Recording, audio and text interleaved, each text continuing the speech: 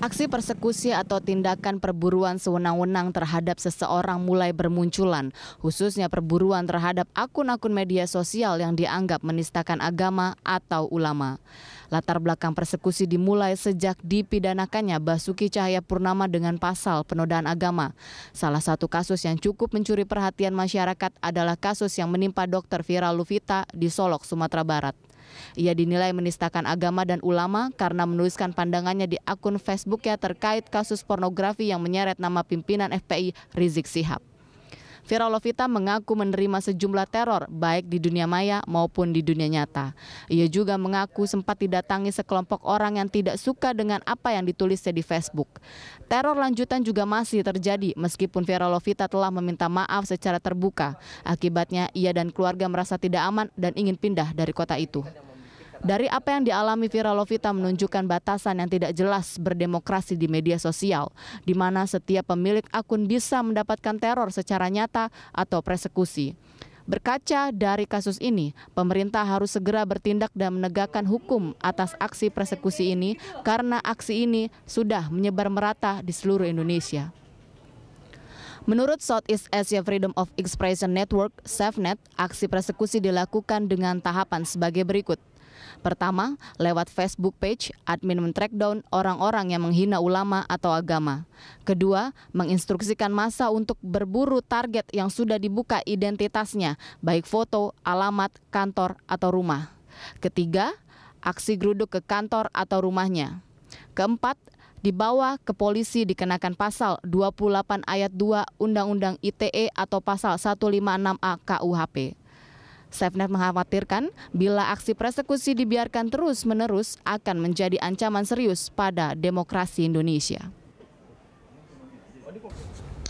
Ya, kasus yang dialami oleh Vira Luvita tadi menjadi pelajaran bagi siapapun yang akan mengungkapkan pandangannya melalui media sosial karena tidak semua pihak setuju atas apa yang dituliskan. Namun sayangnya pihak-pihak yang tidak setuju tersebut melakukan perburuan identitas pemilik akun yang kemudian melakukan beragam teror serta intimidasi. Ya, tindakan pemburuan yang disebut dengan persekusi ini mulai bermunculan dan dinilai mengancam demokrasi Indonesia jika tidak ada tindakan tegas dari pemerintah.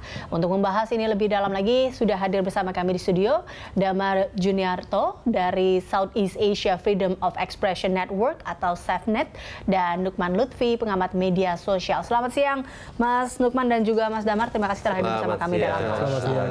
Ini lunch talk tapi puasa gitu ya. Ya, harusnya namanya diganti.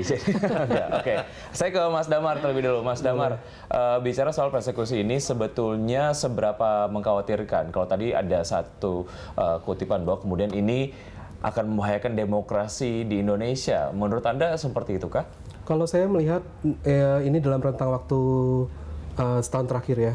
Rentang waktu setahun terakhir kan kita sudah melihat banyak sekali kebencian diucapkan di media sosial. Nah, ini tahapan yang lebih lanjut dari ucapan kebencian adalah sebuah pemburuan atau perburuan sewenang-wenang yang tidak pakai payung hukum, tapi mereka melakukannya dengan langsung masuk ke rumah-rumah orang, rumah-rumah pribadi atau kantor, dan kemudian melakukan sebuah aksi geruduk massal. Kemudian dari situ baru meminta orang yang diburu tersebut untuk mempertanggungjawabkan apa yang sudah dia lakukan di media sosial. Nah, ini menurut saya ini bahaya yang jauh lebih menakutkan daripada sekadar ujaran kebencian. Karena ini kalau dibiarkan terus-menerus, daftarnya akan bertambah panjang. Daftar yang ada sekarang di SafeNet itu ada 46 orang. Dan daftar ini kalau dibiarkan terus-menerus akan terus berkembang dan bukan hanya di Jakarta saja. Karena kami menilainya kan ini sebagai sebuah efek Ahok atau the Ahok effect. Sebuah aksi persekusi yang berkaitan dengan pengadilan terhadap Ahok dan vonis terhadap Ahok. Dan ini kalau kita bicara Ahok hanya di Jakarta, tapi ternyata tidak. Persekusi ini dilakukan secara merata di seluruh Indonesia. Di daftar yang kami punya itu dari Solok yang Ibu Vira Luvita, lalu ada di Bandung, ada di Cimahi, ada di Palu, ada di banyak-banyak tempat lain, Balikpapan dan Pontianak. Dan itu menurut saya sudah saatnya pemerintah tidak hanya diam tapi harus melakukan suatu perlindungan terhadap warga negara. Dampak yang kemudian berlanjut adalah bagaimana masyarakat merasa terancam jika kemudian mereka ingin menyampaikan pendapatnya melalui sosial media gitu.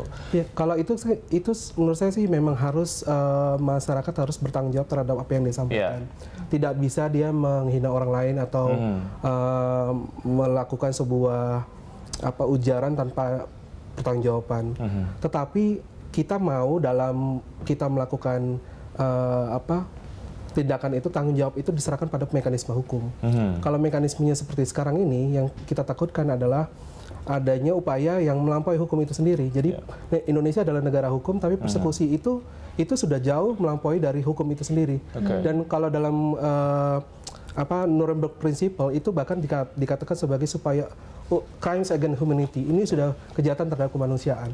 Karena terornya bukan hanya teror yang hanya di medsos gitu ancam-ancaman. Ini sudah hadir di depan Anda. Bahkan bisa terjadi teror itu dilakukan di depan anak Anda, dan kemudian orang tersebut harus menghadapi kepungan banyak orang tanpa ada perlindungan sama sekali dari kepolisian ataupun dari pihak pemerintah. Oke, Mas Sufi, ini kalau lihat Mas Lukman, ini kalau lihat dari apa yang dikatakan Mas Damar tadi, kita lihat memang jadi sebagaimana kita harus bersikap paling tidak di dalam media sosial, karena persekusi ini akhirnya berawal dari tadinya maksudnya mengeluarkan pendapat, akhirnya berujung mengkritisi sesuatu, tapi malah akhirnya berujung pada penggerudukan tadi. Ya, gini, ada dua hal. Satu, kita itu kan punya kebebasan untuk menyampaikan pendapat di media sosial, ya kan? Dua, tapi kita harus bertanggung jawab terhadap apapun yang kita lakukan. Gitu. Tidak bisa sebebas itu sebenarnya. Tidak bisa sebebas-bebasnya. Kita harus tahu suasana dan lain-lain. Makanya ketika kita posting apapun di media sosial, kita harus sadar kita berada di mana. Itu karena hukum di sini dengan di Amerika beda, ya kan? Gitu, kita nggak bisa terus ngomong atas kebebasan berpendapat, kita ngawur, kan bisa. Akan tetapi kita itu ada di sebuah negara yang dimana hukum agak nggak jelas. Jadi sebenarnya persekusi itu nggak muncul sekarang, di offline-nya udah banyak. Ya, selama ini kan ketika ada Ramadan, FPI seenak sendiri kan meneror toko-toko warung makan yang buka, kan sebenarnya nggak boleh, bukan haknya dia. Atau kemudian mengejar orang-orang yang dianggap bertentangan dengan mereka, nggak boleh. Tapi selama ini kan nggak ada tindakan hukum. Atau konvoi di jalan nggak pakai helm, dia dibiarin aja. Jadi pembiaran terhadap hal yang harusnya itu mendapat sanksi hukum tidak dilakukan. Akibatnya ketika ada perbedaan pendapat di sosial media, kemudian ada yang coba-coba untuk melakukan persekusi, dibiarin, ya udah membesar, gitu. Dari bibit ini harusnya, saya setuju sama pendapat, harus cepat diantisipasi pemerintah, dan hukum ditegakkan di situ. Berarti berawal dari pengawasan yang kurang sehingga akhirnya ini bermunculan atau merebak akhir ke sekarang ini. Bukan pengawasan yang kurang, harusnya polisi tahu. Ya, ini aku melihat sebagai pembiaran lebih tepatnya. Nggak tahu harus berbuat apa, paling nggak, gitu ya. Karena laporan udah banyak, media yang membuat udah banyak, di media sosial udah banyak yang menyampaikan bahwa ada orang yang dipersekusi. Kenapa polisi diam aja? Ya, Mas Damar, sebetulnya data dari SafeNet sendiri, persekusi ini sebetulnya sudah mulai berpunculan itu sejak kapan, dan mungkinkah ini akhirnya disikapi oleh pihak kepolisian bahwa mereka kemudian bingung apa yang harus dilakukan gitu? Kalau dalam daftar kami, daftar yang paling awal itu ada 27 Januari 2017. Jadi yang dilaporkan yang lapor ya. Jadi Mas, persekusi itu modelnya adalah diviralkan dulu. Jadi udah diviralkan lengkap dengan data, foto, alamat rumah, kerjanya di mana, kantornya di mana, anaknya berapa, gitu ya. Jadi lengkap informasinya. Lalu kemudian ada seruan untuk melakukan penangkapan. Nah, itu setelah dilakukan pemostingan secara viral di sejumlah Facebook tertentu, kemudian ada pasukan yang melakukan itu di darat untuk melakukan penjemputan. Nah, itu udah dari 27 Januari 2017. Artinya ini memang sudah cukup lama praktek ini berjalan. Nah, kemudian menjadi lebih sering sekarang dan menjadi lebih masif karena ada moral boost yang mereka dapatkan setelah Ahok diputuskan bersalah. Anda juga melihat hal ini sebagai pembiaran tadi? Kalau saya melihat poin yang paling penting adalah polisi merasa bingung harus berbuat apa. Karena pada saat ini hukum diatur oleh tekanan publik.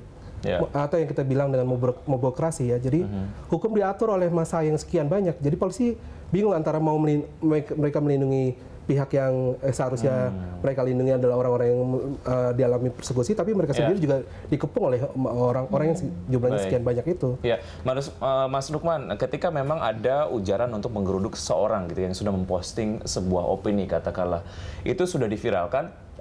Pada saat itu sebetulnya mungkin polisi bisa masuk ya, melakukan tindak pencegahan. Karena sudah ada tanggalnya, kapan kemudian akan dilakukan penggerudukan. Gejalanya kan juga udah kelihatan.